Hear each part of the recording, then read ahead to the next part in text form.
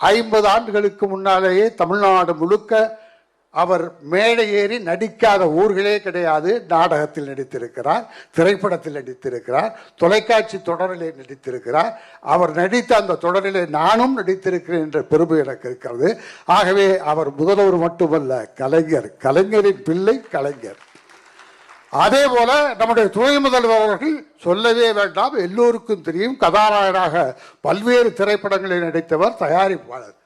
ஆக 2 கலைஞர்கள், துணை முதல்வர், முதல்வர், கலைஞர், கலைஞர். இந்த கலைஞர்களுக்கு விருது கொடுக்கிற இந்த விழா இந்தியாவிலே எந்த மாநிலத்திலும் உலகத்திலே எங்கேயுமே நடக்காத ஒரு அருமையான பெருமையை இன்றைக்கு கலைமாமணி விருது பெறுகின்ற உங்களுக்கும் இயலிசை நாடக மன்றத்திற்கும் அந்த பெருமையை வழங்கியதற்காகவும் முதல்வர் அவர்களுக்கும் துணை முதல்வர் அவர்களுக்கும் இந்த நேரத்தை ஒதுக்கி தந்ததற்காக அவர்களுக்கு நன்றியினையும் வாழ்த்தினையும் சொல்லி அவர்களை மீண்டும் மீண்டும் வரவேற்று அமர்கிறேன். நன்றி, வணக்கம்.